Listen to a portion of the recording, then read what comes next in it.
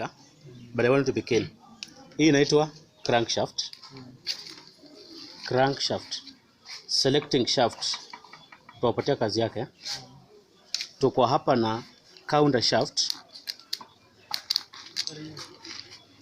Alafu tuko hapa na drive shaft ama sprocket shaft. Hii inaitwa counter shaft, drive shaft. So ukipanga gearbox na tuko na kickstart shaft. Ukipanga gearbox kuna baadhi ya vitu ambavyo una consider. Number 1, kulano ndio itundu hii kick shaft. Ndio chakora timing town spring kunyasia. Ora tamno straight tundu no yenjera oli iria kuchilanga ili kulu. Ya khabai kulu ochesya interlocking gear yinjiramu. Ni injiramu kenyanga ibayena ibe khumushana. Itundu lya ishirana. Kenyanga ibe straight on. Ila kulana. Ila lena. Niba nile ino kaluse nyuma kidogo ya holeo no chingule gear ino no botokasia no holash oloka injire ino oba wakhamala urio no chesia spring washer yayo alafu khuli nende flat washer itsitsangaho iberano jeno oba wakholash wakhamala khuli nende igene inside it tuko na washer na lock, lakini sasa hii iko permanent hapa ni inbuilt, huwa tunaibomoa, lakini wakati mwingine we don't consider it, tunaiacha hivyo. Unaona makosa? Hii shimo imekuja hapa. Ukifunga hii shimo ikiwa huku chini, kick spring haitashika. Therefore mpaka uzungushe. Iko huko juu, iko sawa? Hapo. Hii itakuwa umemaliza kuifunga, hautangangana nayo. Ukitoka hapo nenda kwa sprocket shaft. Sprocket shaft. Yeah. Hii ukiweka hapa washa kubwa, nini itafanyika? Juu hii naona ni nyembamba. Na ukiweka hapa washa nipatie hiyo crankcase. Hiyo inaitwa crankcase. Nipe hii crankcase. Yes, nipatie. Washa kubwa ikipita automatically itapita past. Tuweke washa kubwa hapa. Hii si kubwa. Kuna washa zingine ambazo ni kubwa zinapita past hii meno. Alafu wakati una kick, hii meno inakula hii. Na with the time, hiyo daily kicking inakula hii kitu paka inapanuka. Ikipanuka, hii shaft itakuwa inatoka nje. So hii spring inafinywa inabaki ndogo kabisa. Hii kazi ya spring ni kusaidia tu hii lock gear. Hii lock. Inaifinya tu back to the center, irudi rest. Any spring inaitwa returning spring, inarudisha tu hii back pale. So wakati una kick unainua hii kidogo tu juu, alafu meno ya juu simamisha. Wakati unaanza kukick, ukikick, unaona saizi hujakick, ndio hiyo iko free. Hii gear inaweza zunguka. Wakati una kick inasonga, ina lock. Sasa hii haiwezi zunguka pekee kwa sababu tayari ime lock. Then inazungusha hii gear ambayo hii gear itazungusha hii gear hii, inazungusha hii itazungusha hii ambayo itazungusha hii ambayo ikikuja nje ita connect crankshaft na crankshaft inawaka. So hata gear 1 inachangia pikipiki kuwaka. So gear 1 inachangia pikipiki kuwaka. Of which ukitoa gear 1, hii ndio gear 1. Ukiitoa uweze kick. Okay. Dapo utashtua. Ukishtua inawaka. Lakini haita nini. So hii ndio gear 1. So hii shaft tumeandika hapa jana vizuri, iname tuko na drive shaft ama sprocket shaft ndio hii. Tunakuwa na gear. This is female gear. Mbona tunaita female? Iko na shimo ndani. Iko na shimo ndani. But kumbuka ni large. Iko na female gear. Then tuko na cone bearing. Nataka niwe bearing, sio bearing, ni bearing. Bearing iko ndani ya ku soften the smooth running. Hiyo ndio kazi ya bearing. Then baada ya hapo tuko na spline washer. Spline washer ni hii. Unaona hiyo washer ndani iko na nini? Iko na interlocking. Then baada ya spline washer tuko na circle lock kama hii huko ndani. So order ya kupanga hii gearbox kama siko bora tu jua majina hizi vitu ni gear, tuko na bearing ndani kadogo kakusababisha hizo running.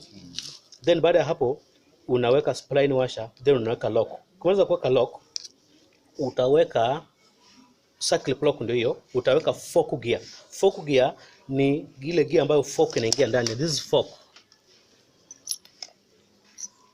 fork gear. Na hii fork gear ukiangalia uiangalize male side kama imeangalia towards gear 1 ama towards the gear.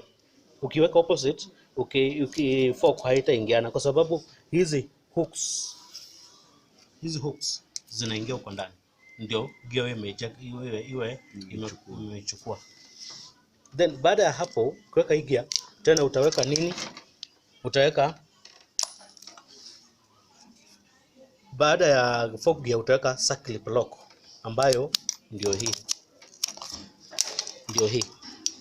Then ukimaliza hii iko complete, unaingiza tu hapa hivi. Utabeba juu kidogo, beba huyu abebe ama msaidiane. Then unagonga. Ikisha settle hivyo, I believe shimo iko huko juu. Yes. Unaweka sasa, tuko na hiyo order. Tumeandika hapa vizuri sana. After circle lock ambayo ndio hii, unaweka spline washer, then unaipatia gear. Hii gear tuliita male gear kwa sababu iko na hooks. Unaiweka. Baada hapo utaongeza tena another spline washer. Ukimaliza utaipatia gear. Hii gear haina ni kazi tu ya kusaidia the counter, ni counter gear kwa sababu haina lock yote either male ama female za interlocking. Lakini ndani haina ndani na nje. Hii iko tu hivyo unaweka. Then tuko na flat washer ndogo ambayo inafaa iwekwe hapa. Hiyo washer sijui imeweka wapi, lakini tutaitafuta tuiweke. Haya. Tukishamaliza hivyo, hiyo washer iko mahali. Hebu nione.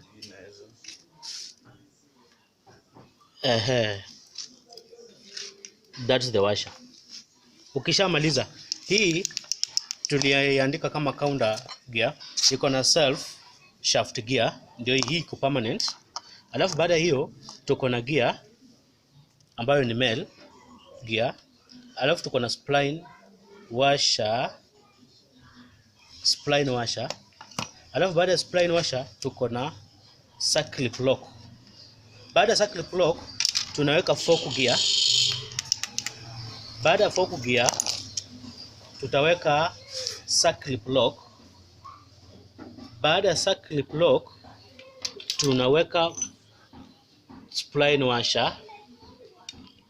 Baada ya spline washer tunaipatia female gear, lakini hii meno pointed downside. Supposing utaingiza hivi, ukieject gear 4 shika na chini. Ukieject gear 4 hakuna vile itahuku kule. Ukifunga engine itajifunga, lakini ukifika kwa hii gear haitaingia kwa sababu kuna mali itaingia. So ni lazima ugeuze ili wakati unaingiza gear 4 eject na ingie huko ndani. Unaona hiyo system? So ukimaliza hivi tuko na fork, tuko na fork bearing. Unaweka each iko na bearing. Ukimaliza unachukua hiyo fork. Hii fork ni ndogo compared to sizes. Ukiangalia hii ni ndogo. Hii ni kubwa, hii ni ndogo. The small one inaenda kwa counter.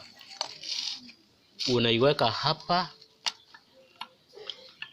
Ukimaliza ukiingiza hapo, unaweka hii tunaita fork shaft ama fork pin.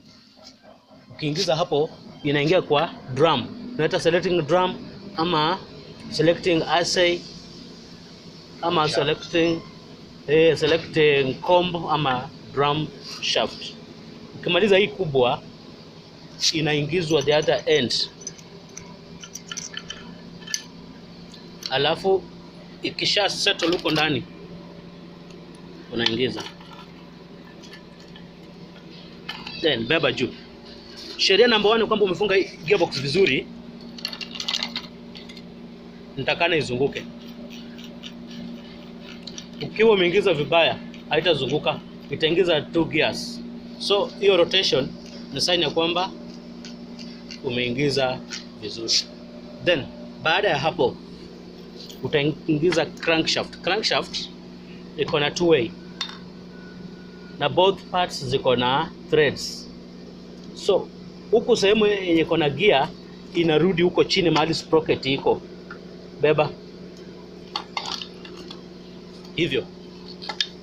Ikishaingia hivyo, kitu ya kufanya ni kupanguza vizuri, utoe uchafu, upake gasket, upake silicone, uweke gasket.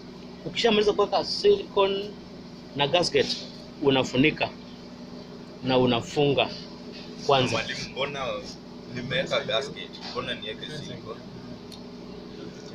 Silicone niliwaambia tunaweka one side. Tupeane 2 side kwa sababu silicone inasaidia tu gasket. Kwanza kazi ya silicone ni sealant, kuzuilia either air, water, fuel or any ama oil. So wakati tunaweka silicone, tunaweka one way. Utapaka silicone mahali pamoja ili hiyo gasket ikikaa ibaki stuck kwa one surface. Ukiweka both sides vizuri, haita leak. But shida ni kwamba with the time, wakati unang'oa utagundua kwamba part moja inabaki huko, part nyingine inabaki huko, part moja inabaki. So kwa part moja, hiyo part inakuwa permanently based on that part. Any question?